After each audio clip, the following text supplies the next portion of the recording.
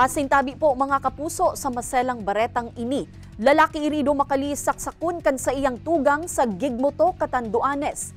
Mantang sarupang insidente nin pananaga na irehistro sa Karamoran, Catanduanes. Biktima, irido. Si Rosie Nievan nakatutok. Irido ang sarong 67 anyos na lalaki makalisaksakon kan sa iyang tugang sa Barangay District 2, Gigmoto, Catanduanes. Sa report kan PNP, naginuman ang biktima asin mga amigo kaini kan biglang mag-abot ang 52 anyos na sospek. Pinadangugan subot inimalain kan biktima na dati nang igwanin da ipagkakaintindihan na napuli sa pananaksak. Nagsapunin tama sa tulakan biktima na tulos man na idinalagan sa ospital, mantang naaresto man ka nagresponding mga otoridad ang sospetsado.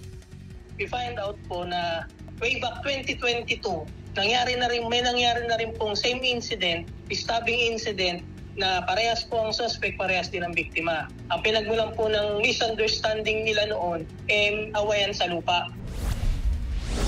Sa Banwaan kan Karamoran, Catanduanes, iriduman ang sarong 36 anyos na lalaki sa pananaga kan sa iyang 32 anyos na pinsan sa Barangay Maysuram. Nagiinuman subot ang biktima asin ng sospek kay ibanan ng sa indang mga amigo kan biglang nagkapikunan ang duwa na napuli sa pananaga. Tinamaan sa luong ang biktima na tulos man ay dinalagan sa ospital. Sa ngunya nasa kustodiya naman kan kapulisan ng sospek makalis i-turnover kan kapitan kan barangay.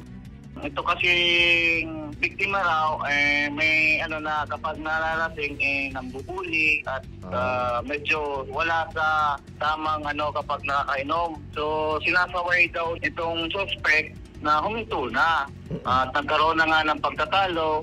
Ini si Rosie Nieva, Balitang Bicolandia.